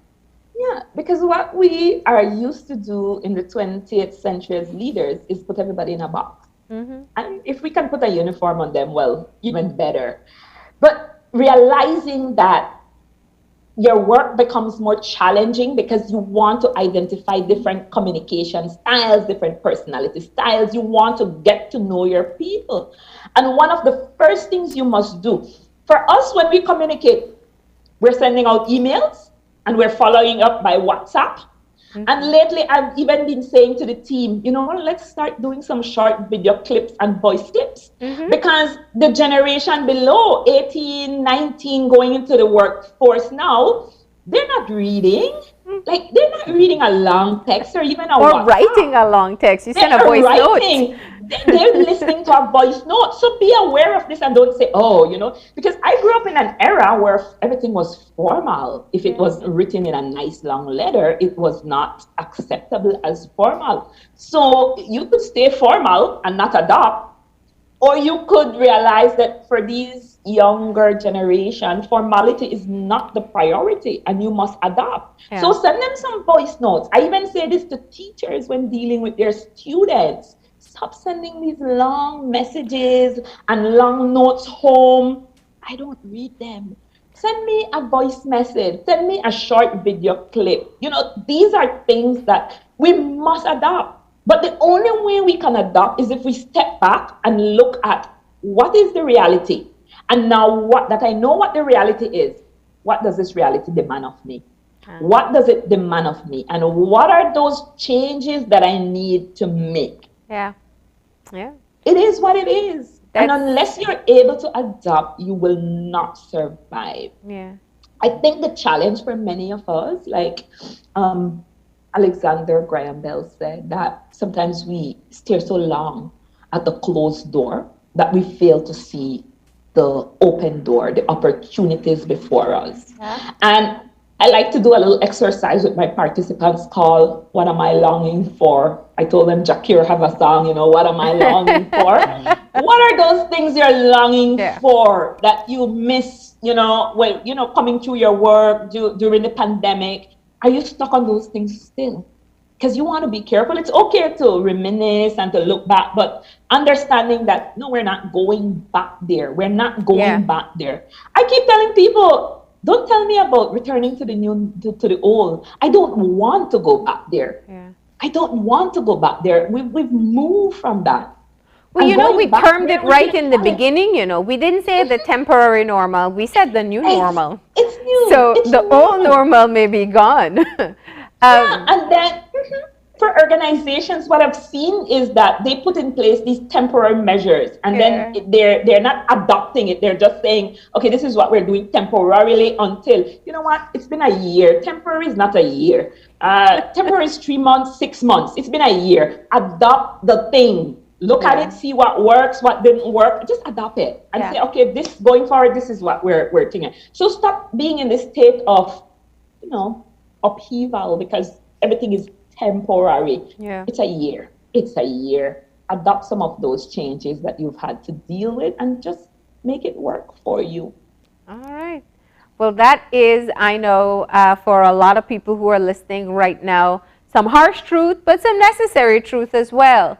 So you offer this as as one of your training opportunities that you have on BZ Learn. And how do people find out when the next course starts? Is it time sensitive, or can you go back and start at any point? This course particularly, we're putting out in the month of October, and we're offering it primarily initially just to organizations. Okay. To organizations. We will also be having it self-paced to individuals. And that's the next thing with our platform. We're really moving towards putting out more courses that are fully self-paced, where you log on anytime. The content would be, just doing my thing and recording it, putting it up there, giving you the materials. You could wake up at midnight and can't sleep, and you could log on and do your courses. Nice. We're seeing a demand for that, where maybe 4 or 5 people are interested, and it doesn't merit us doing a course like this on Zoom. But for those individuals, it's available. So they're able to do that. And that's what we're moving towards. And looking at organizations as well, accessing some of these courses as a self-paced for their staff is something we want to be able to do as well. Nice. For September, these are some of the courses that we have. They're not fully booked, but we have one that actually is starting this evening, the Effective Workplace Communication. Nice. So you still have time to sign up. Our contact is info@bzlearn.com. My number is 670-9564. And this course covers a lot of what we need for today. Yeah. Many people have been saying, communication is breaking down. And I said, no, it's just being amplified now. Because it was really not effective to start off with. Now you realize it because it's changed in terms of the way you have to communicate. People being remotely working, etc. So let's take a look. Many times as organizations, one of the things too, to wrap up, is that we say we are looking at things, but we don't look at it differently. We bring the same ideas to the table. We want to be able to change our mindset. For this, we introduce a concept called the 6 thinking hats, and we find it very effective, where people are forced to think in a different way. If you're somebody who is always negative, always rejecting an idea, okay, I'm not giving you the black hat. I want you to put on a green hat. And I'm telling you to look at the possibilities of this situation that I placed before you. And I'm forcing you to look at the possibilities. And it's so interesting what happens when we introduce the 6 thinking hat. Because if we're not careful, we have a fixed mindset. Mm-hmm. And anything you throw at us, this is what you're going to throw back. And I think you can identify it in certain personalities where people are just argumentative all the time. Okay, put on a different hat. Yeah. Look at it differently and see. And so these are some of the things that we cover in our communication classes as well. All right. Well, definitely lots of opportunity for personal growth and professional growth. Thank you so much for telling us what you've been up to. And we do hope that people take advantage of the training that you do offer. They're very affordable as well. And all they have to do is log on and get in touch and find out how they can sign up for what they need at this moment. Thank you once again. Definitely. Thank you too. And like I said, get those skill sets that are for the 21st century workplace. Don't get left behind. It's a pleasure, Belize. Have a great day, everyone. All right. You too. And there you have it. That's Charlotte Lopez from BZ Learn. It is an online platform where you can access courses that will help you personally and professionally. So do check it out. But with that, we're going to go ahead and take our final break. And when we come back, we'll have our wrap up. So stay tuned.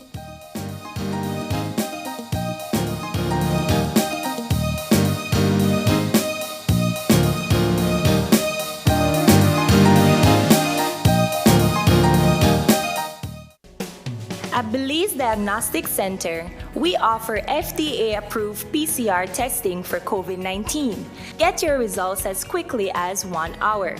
Don't risk getting exposed to COVID-19 by going elsewhere. We take appointments, or we can come to your home or office using our concierge service with no additional fees. We have 10 locations countrywide. Call or WhatsApp us at 613-TEST. That is 613-8378 to schedule your test today. It's a fact that you can access unlimited services with Smart. Tired of being measured or cut off when you need to be connected? It's a fact that when you sign up for Smart's Plus plan, you get unlimited talk, text, and unlimited data. And it's a fact that you can sign up with your group of up to 5 members for Smart's Share plans and up to 40 members for Smart's Enterprise plans for unlimited talk, text, and data. Smart has the true unlimited plans. That's a fact. Be smart and live smart.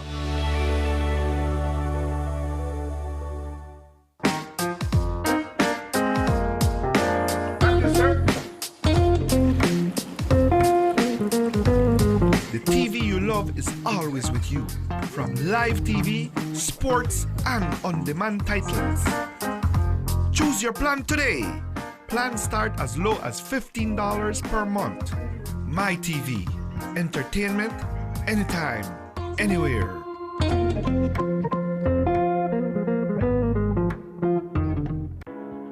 Imagine going through your entire day without the burden and risk of carrying cash on you. Belize's shift to digital wallets has begun with eCash. We can now skip the cash when collecting money or paying for our essentials, all while using a fast, easy, and secure platform. Simply add funds to your wallet via bank transfer or at an agent, and you're good to go. You will be able to make quick, easy payments simply by scanning QR codes. And best of all, it all happens just like that. Payments are as easy as clicking a link online or scanning a QR code. Download the eCash app from the Google Play and Apple App Store today and take your first step into a cashless lifestyle. The future is here with eCash. For more information, visit www.e-cash.com or contact us via WhatsApp at 613-0257 to find out more.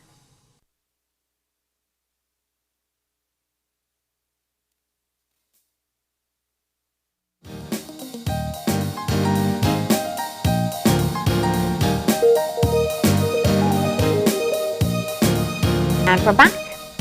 And we're just wrapping up our show, and we want to say thank you to all our guests this morning. We had some great conversations, and we started out talking with the members of the pharmacists, with some pharmacists talking about Pharmacy Week, and we definitely want to say thanks to them, and a big thank you for the work they do, because they are part of the front line and they have been assisting in several ways behind the scenes with the pandemic. So we definitely want to salute all pharmacists and wish them a very happy Pharmacy Week. All right, and we want to thank Transparent BPO for coming in to tell us about the job opportunities that they have. They are hiring at this moment. You do have to go to their website and apply through their online portal. But the key part is I think they're taking 400 people between now and December. So there are opportunities available. So go on and check it out. Yep. And finally, we were joined by Charlotte Neal and was talking to talk all about opportunities for professional growth and adapting to change. And so we want to thank her for that last conversation. It was a pretty positive note to end our show on. It was a pretty nice conversation. I think it's fascinating to have conversations like that, just to kind of take stock of where we are. And I've always mused, I was just telling you, like, later on in our life, we'll be able to tell the young generation of what life was like without the internet, because we had just a little bit of that experience. And so times are changing, and I love that she offers courses to kind of help people to cope through it. Yeah, absolutely. And I think that, it's a challenge that we face, not only in a professional setting, actually, just adapting to a lot of the big changes. I mean, we spoke a lot about technology, but I mean, in the context of the pandemic and stuff, we know how, we've had to adapt and change several ways that we do things, not just technology related, but, how we interact in general has been such a big change for us to adjust to over the past 2 years. Yeah. True. Remember very early on when I was complaining about not being able to hug people anymore, and now it's like you meet somebody and it's like automatic. There's my elbow, here's my fist.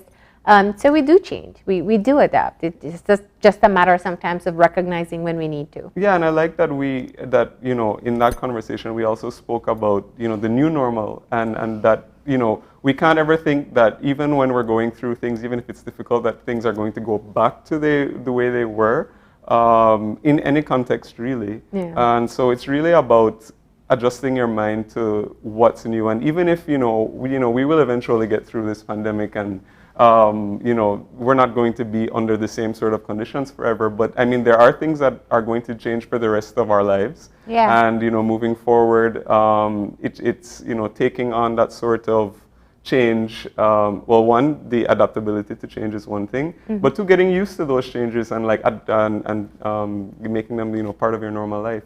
That's right. But we want to say thank you to Charlotte. Remember, you can find out more about her courses at her website, bzlearn.com. But that's all the time we have for today. If you'd like to contact us, send us an email at oye@channel5belize.com. You can find us on Facebook at Open Your Eyes BZ and on Instagram at OIE Belize. And remember to tune in tomorrow morning at 6:30 when you open your eyes. Start your morning right. Until then, keep your eyes, your mind, and your heart open. We'll see you soon. Enjoy your day, Belize.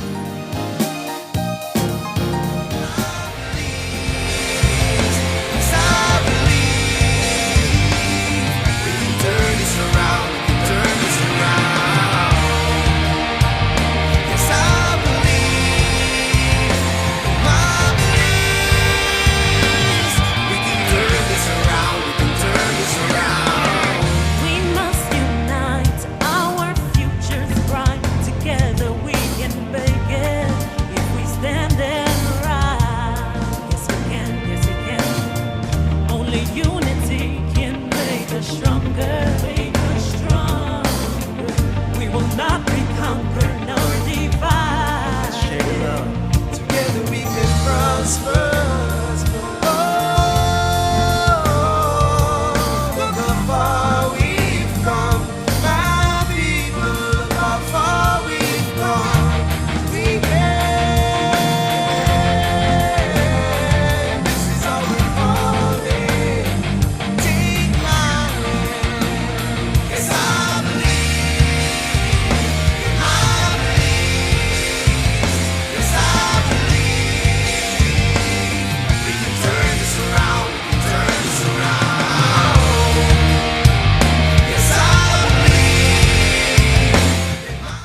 Open Your Eyes was brought to you by the Belize Bank.